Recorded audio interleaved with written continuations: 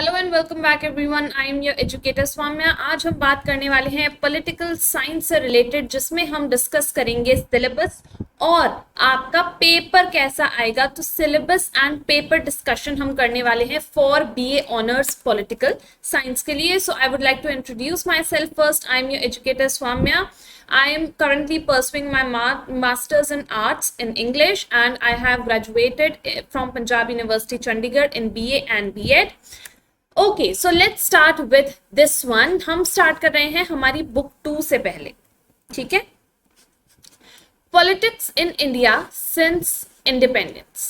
चलिए जी, इसमें हमारा जो चैप्टर आता है वो है the era of one party dominance, जिसमें आपको पढ़ना है फर्स्ट 3 जनरल इलेक्शंस के बारे में, उसमें किसकी डोमिनेंस रही उसके बारे में, ठीक है? किसकी डोमिनेंस थी? कांग्रेस की.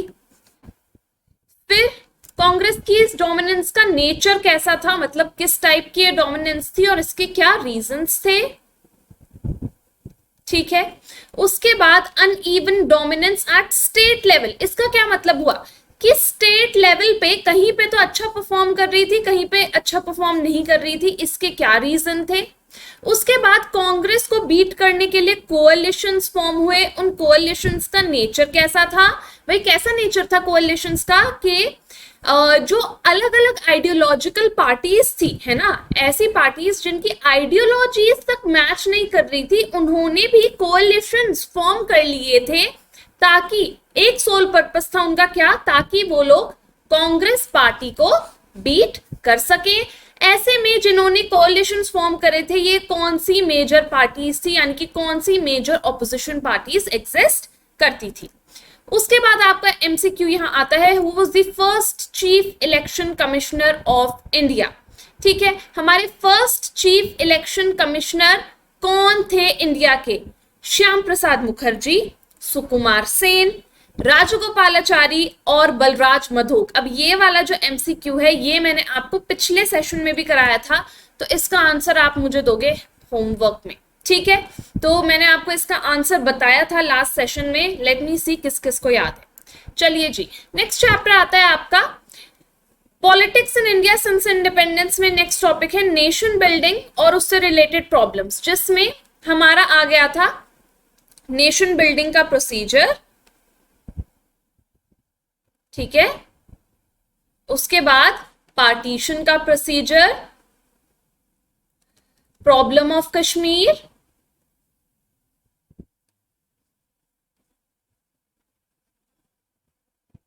ठीक है? उसके बाद प्रॉब्लम ऑफ रीसेटलमेंट, रिफ्यूजीज की problem, organisation and reorganisation of states. किस बेसिस पे हुआ था हमारा? लिंग्विस्टिक बेसिस पे हुआ था ना. उसके बाद political conflicts over language, language से रिलेटेड कन्फ्लिक्ट्स, क्योंकि जब रीऑर्गेनाइजेशन ऑफ स्टेट होने लगा था हमारा लिंग्विस्टिक बेसिस पे, तो ये वाले टॉपिक आपको बहुत अच्छे से प्रिपेयर करने हैं, स्पेशली कश्मीर प्रॉब्लम वाला ये जो हमारा टॉपिक है, और यहाँ पे कौन सी फॉर्म ऑफ गवर्नमेंट फिर बनी थी ये भी आपको इसके बारे में पढ़ना है, और इनका कॉन्स्टिट्यूशन क्यों अलग किया गया था, क्या क्या फीचर्स हैं, ये सब भी आपको पढ़ना है, ठीक है जी.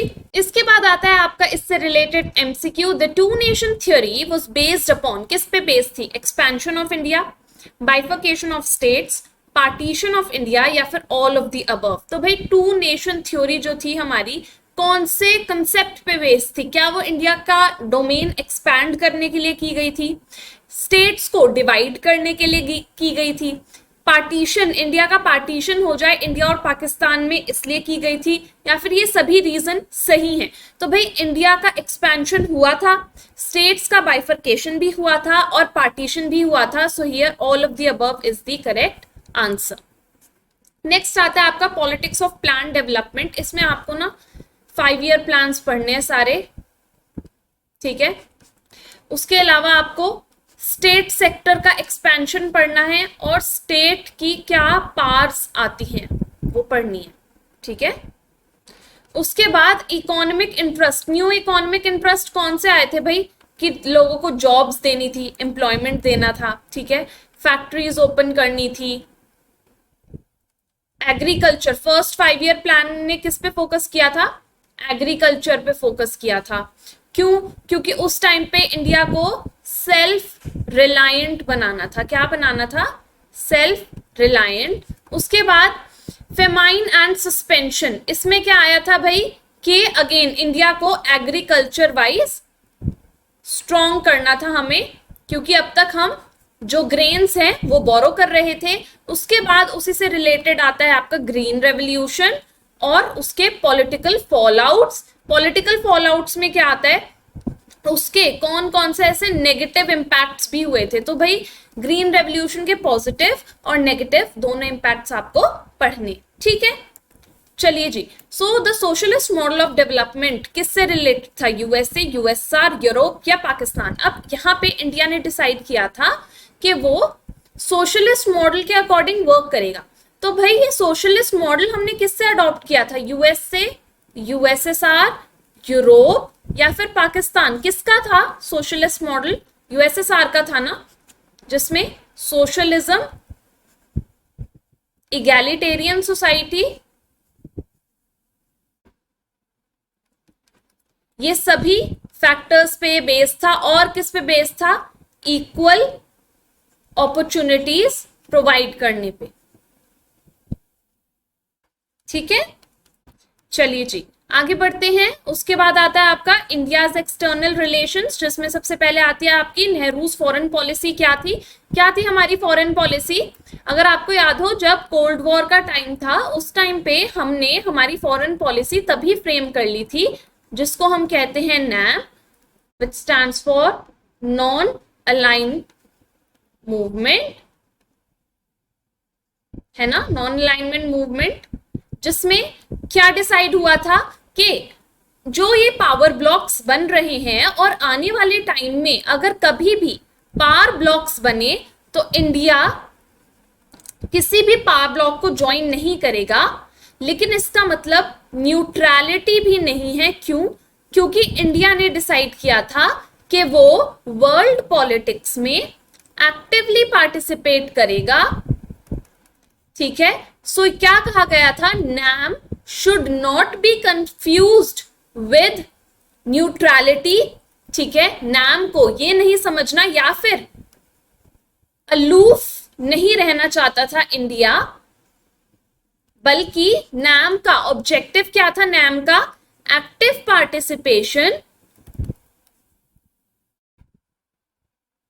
इन वर्ल्ड पॉलिटिक्स। क्या था?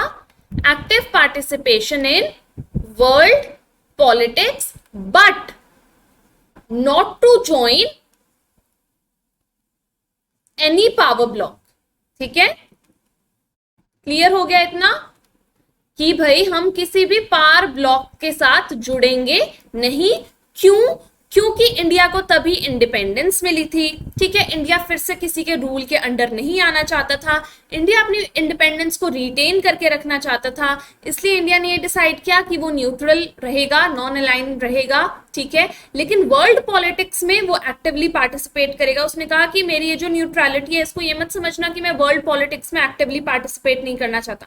मैं वर्ल्ड पॉलिटिक्स में एक्टिवली पार्टिसिपेट करूंगा, लेकिन किसी भी पावर ब्लॉक के साथ में नहीं जुड़ूंगा। इसके फ्रेमर कौन थे? हमारे आर्किटेक्ट कौन थे? पंडित जवाहरलाल नेहरू थे ना, है ना। चलिए इसके अलावा इसमें और क्या आता है? इंडियाज न्यूक्लियर प्रोग्राम और shifting alliances in the world politics, ठीक है। अपार्ट फ्रॉम दैट इसमें आपका आता है सीनो इंडिया वॉर, जो कि 1962 वाला टॉपिक है, वो पढ़ना है आपको। और इंडो पाक वॉर 65 और 67 में जो हुई थी, ये वाला टॉपिक आपको इसमें पढ़ना है और इसके रीजंस भी आपको पढ़ने, ठीक है। चलिए जी, उसके बाद आता है दी आर्किटेक्ट। कौन थे हमारे नॉन अलाइनमेंट पॉलिसी के architect? PT Nehru, Indira Gandhi, YB Chauhan, Atal Bihari Vajpayee. तो भाई पंडित जवाहरलाल नेहरू थे इसके आर्किटेक्ट, इसके फ्रेमर। नेक्स्ट आपका चैप्टर आता है challenges to and the restoration of Congress system. इसमें पहला जो सबसे पहला टॉपिक आता है वो क्या था? Political succession after Nehru. जब पंडित जवाहरलाल नेहरू की डेथ हो गई थी, उसके बाद जो बैटन था। बैटन किसको बोलते हैं, ये टर्म यूज हुई है आपकी एनसीईआरटी बुक में। बैटन बोलते हैं जो रिले रेस में एक स्टिक पास करते हैं, ठीक है, उसको बोलते हैं बैटन, ठीक है। तो यहाँ पे क्या पास होना था, यहाँ पे बैटन रिस्पॉन्सिबिलिटी की तरह यूज हुआ है कि भाई पार्टी को अब और आगे कौन लेके जाएगा, ठीक है। उसके बाद नॉन कांग्रेसिज्म का कॉन्सेप्ट क्या था, नॉन कांग्रेसिज्म का कॉन्सेप्ट क्या था भाई, एक ऐसा ग्रुप बन गया था जो कि एंटी कांग्रेस था। क्या था, एंटी कांग्रेस था, ठीक है। और वो क्या चाहते थे कि कांग्रेस पार में ना रहे, ठीक है। उसके अलावा कांग्रेस में स्प्लिट कब आया, कांग्रेस का स्प्लिट कब आया था, जब कांग्रेस में दो ग्रुप्स बन गए थे। एक तो था इंदिरा गांधी वाला, दूसरा बन गया था सिंडिकेट। ये वाला टॉपिक है आपका एनसीईआरटी में, इंदिरा वर्सेस सिंडिकेट और रिकॉन्स्टिट्यूशन। उसके बाद कांग्रेस विक्ट्री, दोबारा से 1971 में कैसे कांग्रेस दोबारा से जीती स्प्लिट के बाद। उसके बाद पॉलिटिक्स ऑफ गरीबी हटाओ, ये स्लोगन किसने दिया था, इंदिरा गांधी ने, ठीक है। लेकिन कुछ खास असर इस स्लोगन का नहीं हो पाया था इलेक्शंस में, जिसके बाद ऑपोजिशन ने एक बहुत बढ़िया टाइटल दिया था। कौन सा था, इसके ऑपोजिशन में टाइटल दिया था इंदिरा हटाओ, है ना, याद आ रहा है कुछ। चलिए जी, तो ये वाले टॉपिक्स आपको इसमें पढ़ने हैं। Who was the founder of the Congress socialist party, Congress socialist party के फाउंडर कौन थे, सी नटराजन अमदौरी, के कामराज, राम मनोहर लोहिया या फिर एस निजलिन गप्पा। तो भाई इसके फाउंडर थे राम मनोहर लोहिया। नेक्स्ट आपका आता है crisis of the constitutional order और डेमोक्रेटिक ऑर्डर, जिसमें आपका टॉपिक्स हैं search for committed bureaucracy and judiciary. इसमें क्या आता है भाई कि सही मायने में जुडिशरी का रोल क्या होना चाहिए और ब्यूरोक्रेटिक सिस्टम कैसा होना चाहिए, ठीक है। उसके बाद आता है आपका नव निर्माण मूवमेंट क्या था, जो कि गुजरात और बिहार में स्टार्ट हुआ था, बिहार मूवमेंट क्या था। उसके बाद इमरजेंसी किसके टाइम में आई थी, इंदिरा गांधी के टाइम पे इंदिरा गांधी ने इमरजेंसी डिक्लेयर करी थी। किस कंटेक्स्ट में करी थी, यानी कि रीजन क्या था इमरजेंसी डिक्लेयर करने का। कॉन्स्टिट्यूशनल और एक्स्ट्रा कॉन्स्टिट्यूशनल डायमेंशंस, इसमें क्या आता है कि जब इमरजेंसी लगते हैं तो जो लोगों के राइट्स हैं वो सब कर्ब कर लिए जाते हैं, उनको राइट्स नहीं दिए जाते उनके, ठीक है। तो ऐसे में क्या आउटकम रहा था इस चीज का, और कैसे इमरजेंसी ने इलेक्शंस को अफेक्ट किया था। उसके बाद आता है आपका रेजिस्ट कैसे किया था लोगों ने इस इमरजेंसी को, रेजिस्टेंस टू इमरजेंसी, और इमरजेंसी के क्या इफेक्ट्स थे, साइड इफेक्ट्स क्या थे इमरजेंसी के, यानी कि आउटकम्स क्या रहे इमरजेंसी के, ठीक है। उसके बाद 1977 के इलेक्शन और कैसे उसमें कांग्रेस हार गई थी और कौन सी पार्टी आई थी, जनता पार्टी। उसके बाद rise of civil liberties organisation, ठीक है। ये सिविल लिबर्टीज ऑर्गेनाइजेशन क्या थी, इनका रोल क्या था, ये किस कंटेक्स्ट में आई थी और इनका क्या रोल था। मूविंग फॉरवर्ड, अब आपका यहाँ एमसीक्यू है, Mandal commission was set up for the issue of, Mandal commission क्यों सेटअप हुआ था, for the reservation of OBCs, temple conflict, welfare of women और फॉर चाइल्ड लेबर। सो भाई मंडल कमीशन सेटअप हुआ था for reservation of OBCs, OBCs के reservation से related issue को सॉल्व करने के लिए। उसके बाद आता है आपका नेक्स्ट टॉपिक, नेक्स्ट चैप्टर है आपका रीजनल एस्पिरेशंस, जिसमें हमने क्या इसका इंट्रो पढ़ा था हमने रीजनल एस्पिरेशंस वाले का, कि भाई रीजनल ऑटोनॉमी डिमांड करने लगे थे सभी लोग। कब हुआ था ये, जब स्टेट का डिवीजन होने लगा, जब स्टेट्स डिवाइड हो रही थी लिंग्विस्टिक बेसिस पे, है ना। तो ऐसे में क्या हुआ, जो हर अलग अलग ग्रुप था उन्होंने कहा कि हमें रीजनल ऑटोनॉमी चाहिए और हमको अलग कर दो, यानी कि इंडिया से अलग हमें आप कर दीजिए और हमें रीजनल ऑटोनॉमी चाहिए। जिसमें एक इशू आया था कि अगर ऐसे ही सब रीजनल ऑटोनॉमी मांगते रहे तो क्या इंडिया यूनाइटेड रह पाएगा, है ना। ये क्वेश्चन आया था कि भाई अब इंडिया की यूनिटी का क्या होगा, और सबको ऑटोनॉमी चाहिए थी, यानी कि सब क्या बनना चाहते थे, सेल्फ गवर्न होना चाहते थे सब, है ना। ऐसे में बनी rise of the regional parties. कौन कौन सी रीजनल पार्टीज आई, ठीक है। उसके बाद आता है आपका पंजाब क्राइसिस। पंजाब क्राइसिस में आपका कौन सा टॉपिक आता है, अगेन ये रीजनलिज्म वाला टॉपिक आपका आएगा पंजाब क्राइसिस में। और सिख राइट्स वाला आपका टॉपिक आएगा, जिसमें जो गोल्डन टेम्पल वाला इशू है और जो आपका इंदिरा गांधी से रिलेटेड इशू है वो आएगा इसमें, ठीक है। उसके बाद इंदिरा गांधी का असैसिनेशन, इंदिरा गांधी असैसिनेशन, ठीक है। उसके बाद सिख राइट्स ऑफ 1984।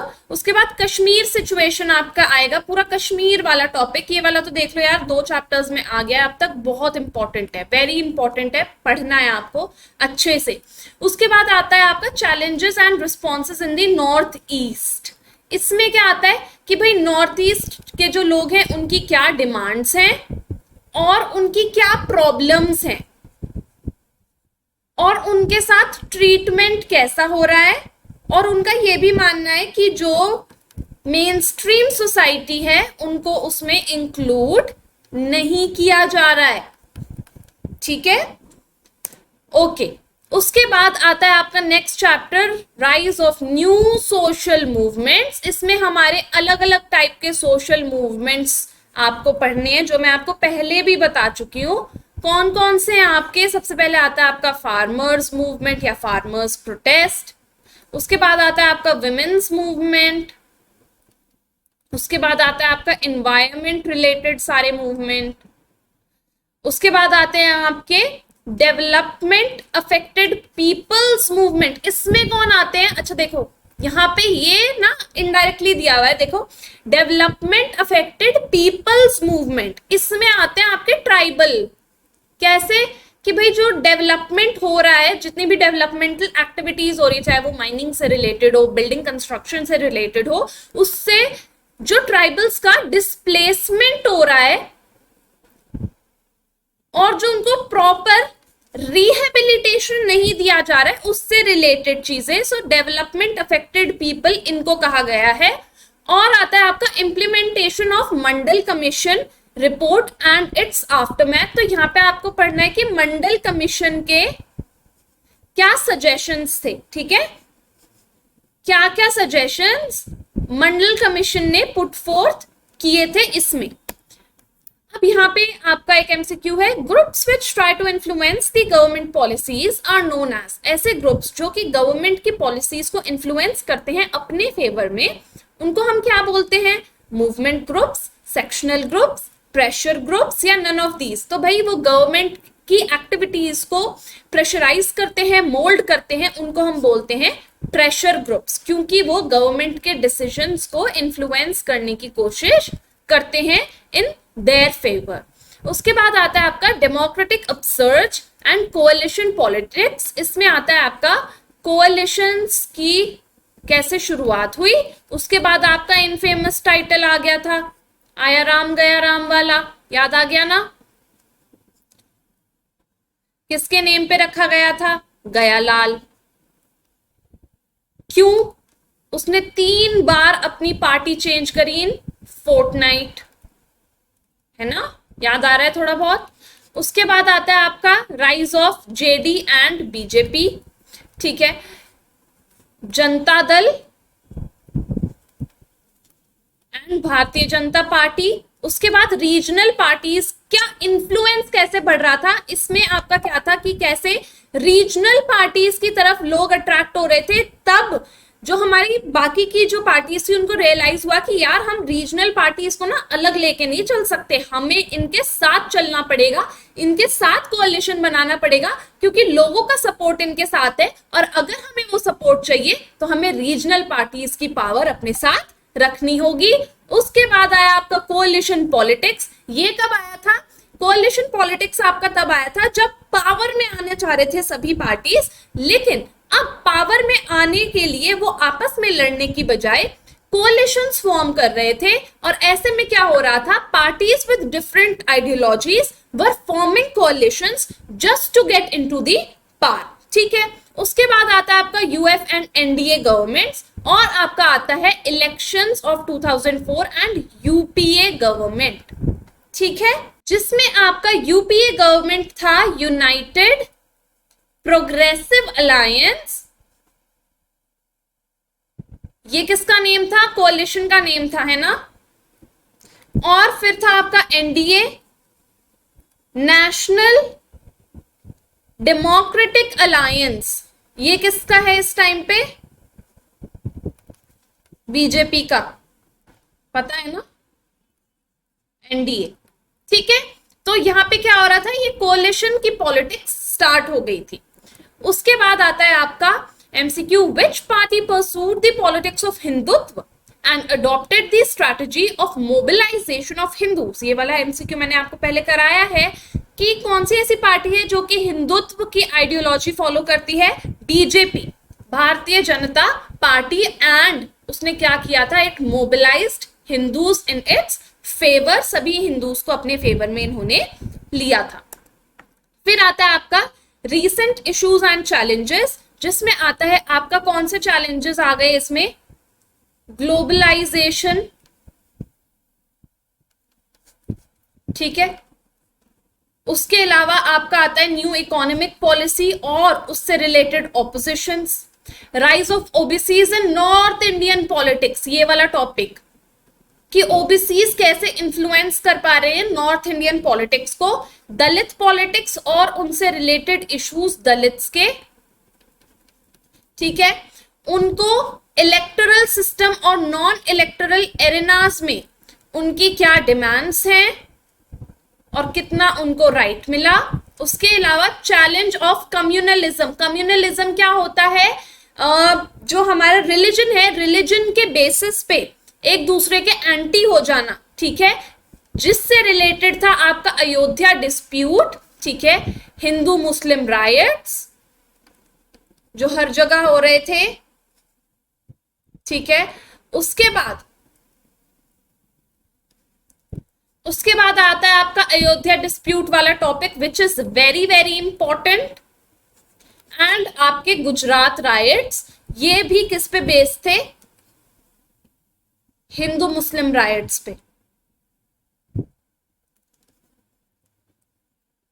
ठीक है। तो ये गुजरात में रायट्स क्यों हुए, कौन सी गवर्नमेंट थी तब, अयोध्या डिस्प्यूट क्यों हुआ और इसका वर्डिक्ट कब आया, ये भी अब क्योंकि आपको जो रीसेंट डेवलपमेंट्स हुई हैं वो भी आपको पता होनी चाहिए और आपको अपने आंसर में उनको इंक्लूड करना पड़ेगा। उसके अलावा कम्युनलिज्म का कॉन्सेप्ट कि कम्युनलिज्म होता क्या है भाई, रिलीजन के नेम पे एक क्या कहते हैं, अपने रिलीजन को सबसे ज्यादा सुपीरियर मानना। कम्युनलिज्म क्या कहता है? Treating one's own religion as superior और बाकी सब रिलीजन्स क्या लगते हैं? इंफीरियर, ठीक है। And treating one's own religion as the only legitimate, word कौन सा यूज होता है इसमें? लेजिटिमेट रिलीजन, ठीक है, ओके। इसके बाद आता है आपका MCQ, the interim government. Interim government कौन सी होती है आपकी? जो टेम्पररी गवर्नमेंट फॉर्म हुई थी, ठीक है, जब हमारे इलेक्शंस नहीं हुए थे, जब हमें इंडिपेंडेंस मिली थी तो उससे पहले हमारी जो टेम्पररी गवर्नमेंट थी उसको कहा जाता है the interim government. So it was formed under the cabinet mission plan which was headed by, so it was headed by Pandit Jawaharlal Nehru. कौन सी पोस्ट पे अपॉइंट किया था उनको वाइस प्रेसिडेंट बनाया गया था of this interim government. Next है आपका बुक 1, ठीक है, कंटेम्प्रेरी वर्ल्ड पॉलिटिक्स, जिसमें आपका चैप्टर 1 है द कोल्ड वॉर एरा। इसमें आपका आता है इमर्जेंस ऑफ 2 पावर ब्लॉक्स, कौन से? यूएसए एंड यूएसएसआर, ठीक है। आपकी सेकेंड वर्ल्ड वॉर के बाद जब ये आए थे 2 पावर ब्लॉक्स ग्लोबल स्टेज पे। उसके बाद एरेनास में क्या आता है आपके? कौन कौन से मेजर सेंटर्स थे कोल्ड वॉर से अफेक्टेड? उसके बाद चैलेंजेस टू बाइपोलैरिटी, यानी कि ये जो बाइपोलर वर्ल्ड ऑर्डर आ गया था, बाइपोलर यानी कि टू पार्ट्स थी ना, यूएसए और यूएसएसआर, इनको चैलेंज करने के लिए आया नैम, नॉन अलाइन मूवमेंट, क्योंकि अब आधे तो यूएसए की तरफ चले गए थे, आधे यूएसएसआर की तरफ, आधे ऐसे थे जो कि न्यूट्रल रहना चाहते थे, जिन्होंने नैम को चूज किया। उसके बाद दी क्वेस्ट यानी कि search for new international economic order, ये दोनों अपनी अपनी आइडियोलॉजी के बेसिस पे क्या सेटअप करना चाहते थे, NIEO, new international economic order, यानी कि एक सिंगल इकोनॉमिक ऑर्डर सेटअप होना था through out the world. USA चाहता था कि वो कैपिटलिस्ट मॉडल पे बेस्ड हो और यूएसएसआर चाहता था कि वो सोशलिस्ट मॉडल पे बेस्ड हो। ठीक है, कैपिटलिस्ट मॉडल किस पे बिलीव करता है, कैपिटलिस्ट मॉडल बिलीव करता है प्रॉफिट मेकिंग पे, while the socialist model believes on social welfare of the people। तो ये आपको डिटेल में पढ़ना है। ठीक है, उसके बाद इंडिया का क्या रोल था कोल्ड वॉर में। ठीक है, नैम की पॉलिसी को कैसे फॉलो किया और हमारे फाउंडर्स ऑफ नैम कौन थे।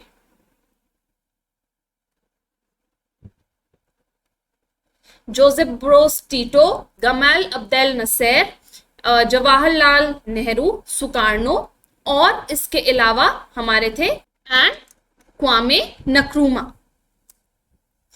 नेक्स्ट आपका एमसीक्यू आता है, which among the following statements does not reflect the objectives of NAM. NAM का ऑब्जेक्टिव इनमें से क्या नहीं है, enabling new decolonised countries to pursue independent politics, ये तो था भाई।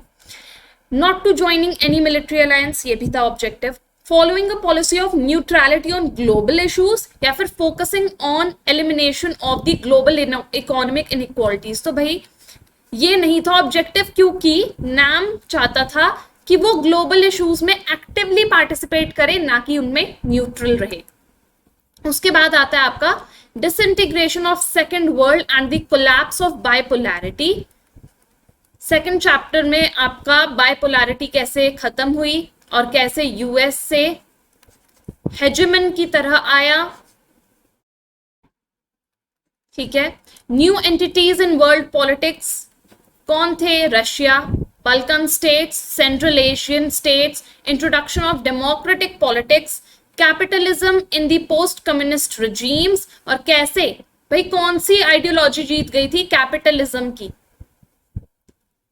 तो भाई अब कैपिटलिज्म कैसे फॉर्म हुई, ये आपको पूरा अच्छे से डिटेल में पढ़ना है वाला टॉपिक। उसके बाद आपका इंडियाज रिलेशन विद रशिया, हमारे कैसे रिलेशन है रशिया के साथ, और जो बाकी की पोस्ट कम्युनिटीज कंट्रीज हैं हम उनके साथ कैसे डील करते हैं, और इंडिया की फॉरेन पॉलिसी का रोल इसमें फिर से आएगा। ठीक है,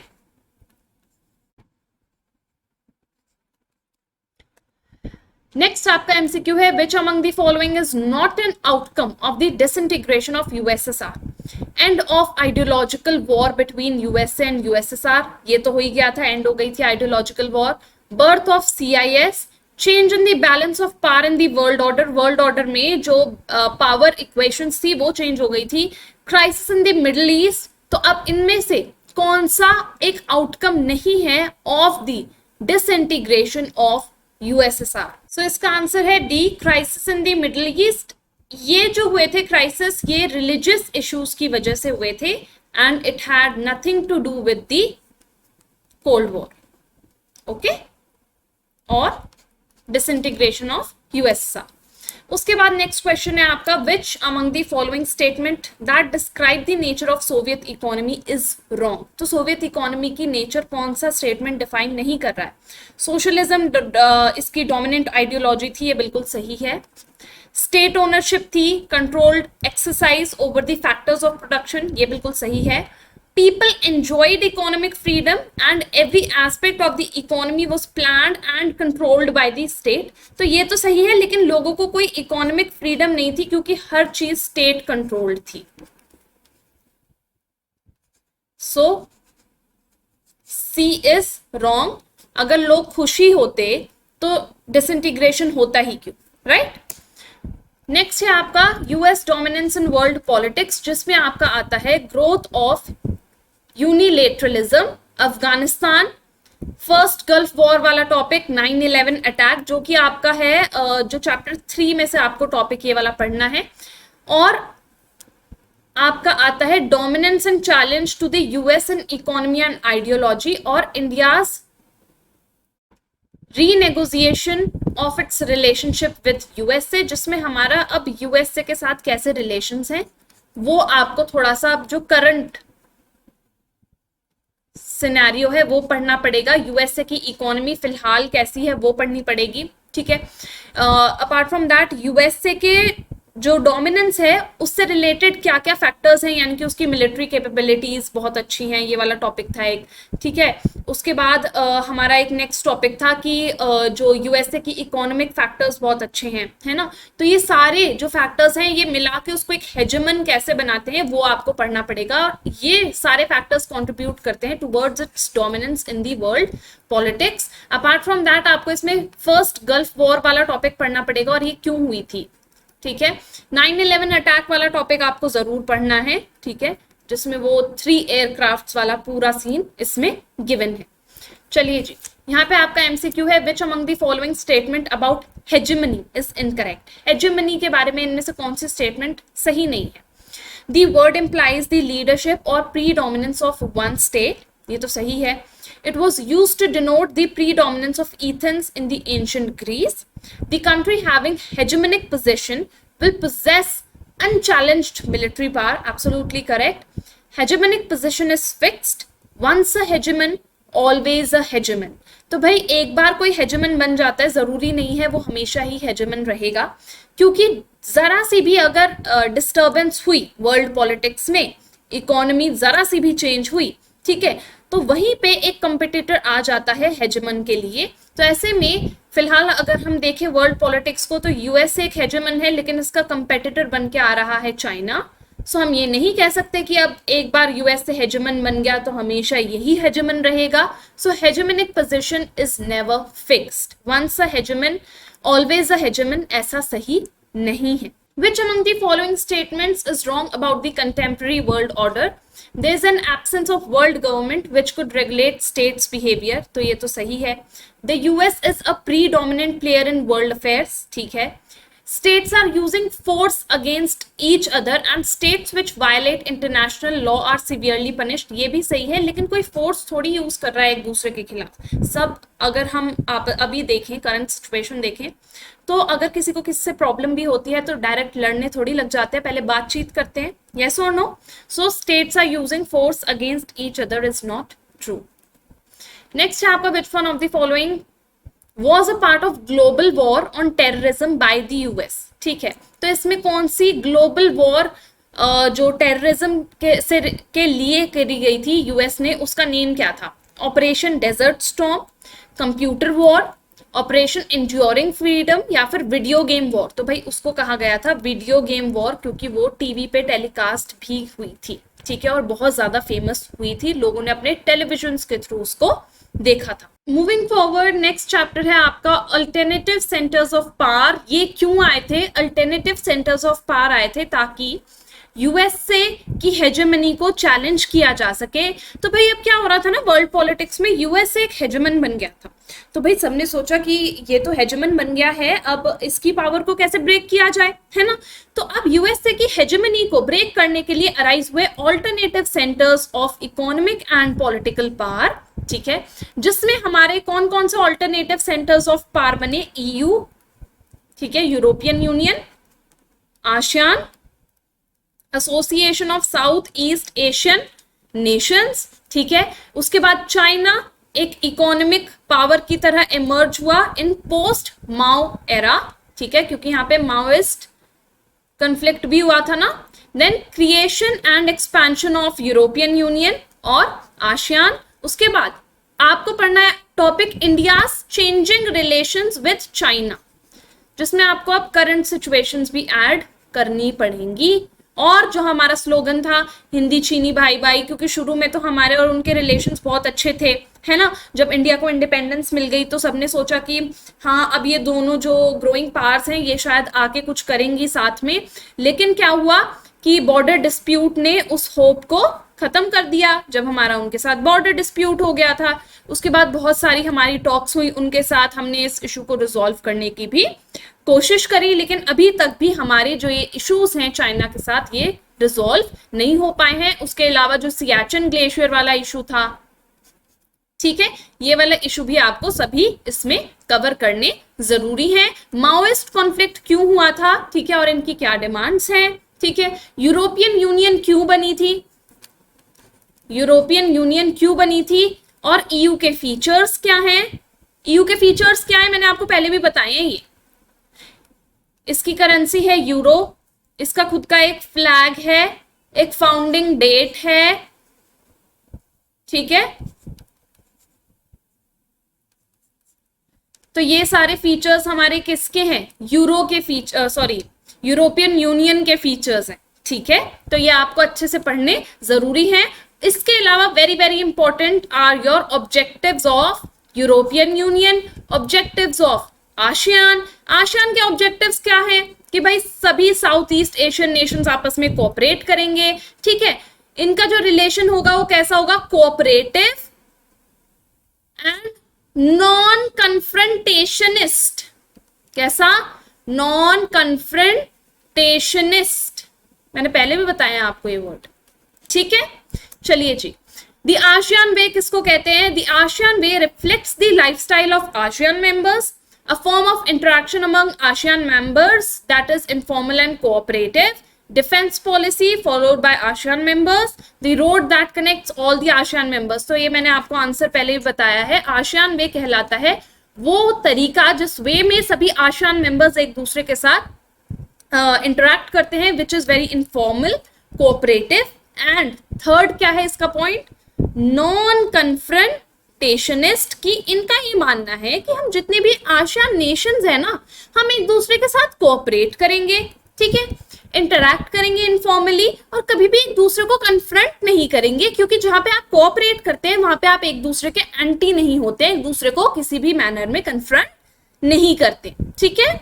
चलिए जी, नेक्स्ट आता है आपका साउथ एशिया इन दी पोस्ट कोल्ड वॉर एरा, जिसमें हमारा टॉपिक आता है डेमोक्रेसी कैसे इस्टेब्लिश हुई पाकिस्तान में, ठीक है, उसके बाद नेपाल में कैसे इस्टेब्लिश हुई, फिर उसके बाद आपका श्रीलंका में एथनिक कॉन्फ्लिक्ट्स क्या रहे, सिन्हालास वाला पूरा टॉपिक पढ़ना है आपको, फिर impact of economic globalisation on the region, और किस वे में ये रीजन्स इकोनॉमिकली अपलिफ्ट होने की कोशिश कर रहे हैं, conflicts and effort for piece in south Asia. South Asian region में जितने भी साउथ एशियन मेंबर्स हैं वो आपस में कैसे कोऑपरेट कर रहे हैं, कैसे पीस मेंटेन करना चाहते हैं। साउथ एशियन नेशंस में जो साउथ एशियन रीजन है वहां पे जितने भी नेशंस आते हैं वो कौन कौन से हैं, ठीक है, और उनके आपस में कैसे रिलेशंस हैं, जैसे इंडिया के पाकिस्तान के साथ, इंडिया के बांग्लादेश के साथ, म्यांमार के साथ, भूटान के साथ, ठीक है। तो ये सब किस में आते हैं, ये सारे रीजन आते हैं आपके साउथ एशिया में। कौन कौन से आते हैं हमारे साउथ एशिया में regions, India, Nepal, Maldives, Bhutan and Bangladesh, है ना, is it clear, and Pakistan, ठीक है जी।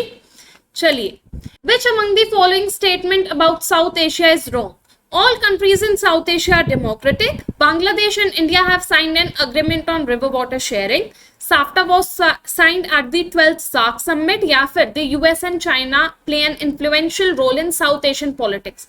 तो भाई यहाँ पे हमें पता है कि अभी तक भी सभी साउथ एशियन कंट्रीज डेमोक्रेटिक नहीं है, so this one is incorrect. In Nepal there was a conflict between the armed forces of king के बीच और किसमें एक आर्म्ड फोर्स हुई थी, Maoist guerrilla, political activist, people's representatives, या फिर आर्म्ड मिलिट्री फोर्सेस। तो भाई यहां पे आर्म्ड फोर्सेस के साथ हुई थी माओइस्ट गोरिल्लाज के बीच में, ठीक है। उसके बाद आता है आपका next chapter, international organisations in a unipolar world, ठीक है। यूनिपोलर वर्ल्ड में इंटरनेशनल ऑर्गेनाइजेशंस का क्या रोल है, ठीक है, जिसमें आता है आपका इंटरनेशनल ऑर्गेनाइजेशन, सबसे पहले आता है आपका यूएन, ठीक है, रीस्ट्रक्चरिंग और फ्यूचर ऑफ द यूएन, ठीक है, इंडिया पोजीशन क्या है यूएन में, इसके अलावा क्या इंडिया अभी भी यूएन सिक्योरिटी काउंसिल का एक परमानेंट मेंबर है या नहीं है, ये आपके लिए क्वेश्चन है, इसका आंसर आप मेरे को दोगे चैट बॉक्स में। Rise of the new international actors, जिसमें कौन आते हैं, एनजीओज वगैरह आ गए हमारे, ठीक है, न्यू इंस्टीट्यूशंस कौन से हैं और क्या उनके new I would say agendas हैं, ठीक है, कैसे वो लोग कोऑपरेट कर रहे हैं। यहाँ पे जैसे कि हमारा आता है इंटरनेशनल ऑर्गेनाइजेशन में WTO, IMF, वर्ल्ड बैंक, ये सब क्या है हमारे इंटरनेशनल ऑर्गेनाइजेशंस, है ना। चलिए जी, इसके अलावा अमेंस्टी इंटरनेशनल, ये सब आपके क्या है इंटरनेशनल ऑर्गेनाइजेशंस।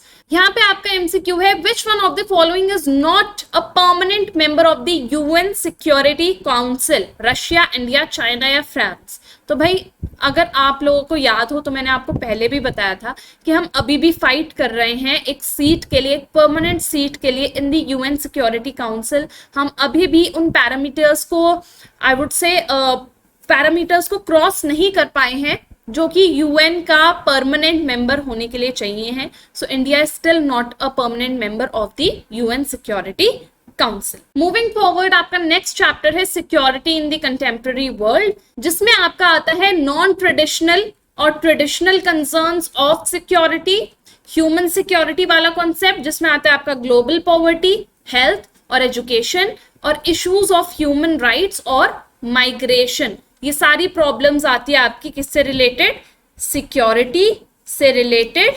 और आपको इसमें कौन सा कॉन्सेप्ट पढ़ना है, इसमें आपका एक कॉन्सेप्ट आता है एब्सेंस फ्रॉम थ्रेट्स वाला, जो सिक्योरिटी की डेफिनेशन गिवन है इन योर एनसीईआरटी, वो आप जरूर पढ़ेंगे। आपका एमसीक्यू है, which of the following is a source of insecurity, human rights, balance of power, global poverty या फिर अलायंस बिल्डिंग। तो भाई यहाँ पे इनसिक्योरिटी या फिर एक थ्रेट किसको माना जाएगा, ह्यूमन राइट्स तो कोई थ्रेट नहीं है, बैलेंस ऑफ पावर भी नहीं है, ग्लोबल पॉवर्टी एक बहुत बड़ा थ्रेट है इस टाइम पे, ठीक है।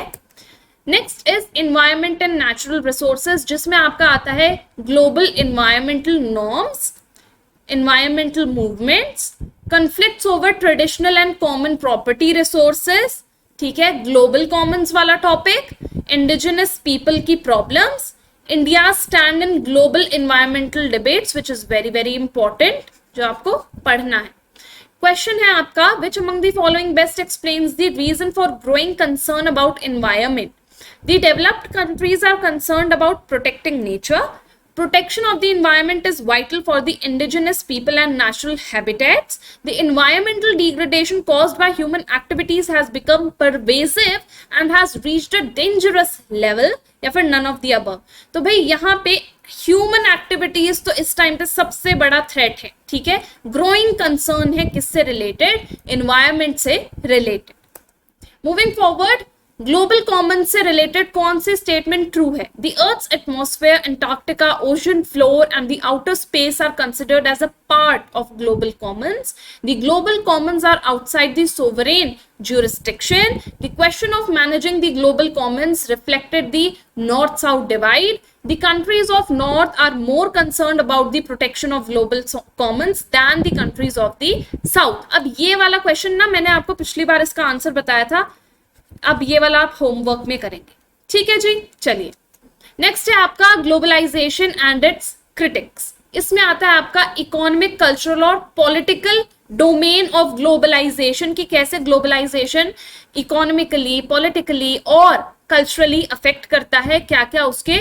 आउटकम्स या फिर कॉन्सिक्वेंसेस देखे गए हैं। इसके बाद डिबेट्स ऑन नेचर और कॉन्सिक्वेंसेस ऑफ ग्लोबलाइजेशन, इसके ऊपर क्या डिबेट्स रही हैं। एंटी ग्लोबलाइजेशन मूवमेंट्स क्यों स्टार्ट करे हैं लोगों ने, क्योंकि वही अगेन कल्चर इरोड हो रहा है, कल्चर मिक्स हो रहा है, ये कहना है ना लोगों का कि हमारा खुद का कल्चर इरोड हो रहा है ना, we are getting influence. Then India as an arena of globalisation, कि इंडिया कैसे एक हब बनता जा रहा है और कैसे हम ग्लोबलाइज्ड हो चुके हैं आज के टाइम में इन एवरी वे। जैसे कि इसमें आपका दिया है कि मैकडोनल्ड्स का हम जाते हैं, ठीक है, हम वेस्टर्नाइज्ड हो चुके हैं बहुत ज्यादा, हम पॉप म्यूजिक सुनते हैं, तो ये सब क्या है, this is not our own culture, this is all an outcome of globalisation and how we are struggling against it. इस पे आपका एमसीक्यू है, which of the statements are true about globalisation. Globalisation is only about movement of commodities, it does not involve a conflict of values, services are an insignificant part of globalization and globalization is about worldwide interconnectedness। तो भाई ये वाली बात बिल्कुल सही है कि globalisation का मतलब होता है वर्ल्ड वाइड इंटरकनेक्टेडनेस, ठीक है। देन ग्लोबलाइजेशन क्या है, multi dimensional, uni dimensional, political phenomena है, कल्चरल फिनोमिना। तो भाई ये एक मल्टी डायमेंशनल कॉन्सेप्ट है, यानी कि पॉलिटिकली भी हम ग्लोबलाइज होते हैं, कल्चरली भी और इकोनॉमिकली भी। So with this we come to an end of our today's session. I hope आपने हमारा आज का सेशन एंजॉय किया होगा। मेक श्योर जो भी क्वेश्चंस मैंने आपको होमवर्क में दिए हैं उनका आप आंसर मेरे को कमेंट के थ्रू दे रहे हैं। ऐसे फर्दर वीडियोस के लिए फटाफट से चैनल को सब्सक्राइब कर दो and do download our app learn करो, the live learning app for all the free and paid batches, and you can also join our Telegram channel for all the latest updates. And now I shall see you in the next class. Till then, take care. Bye bye.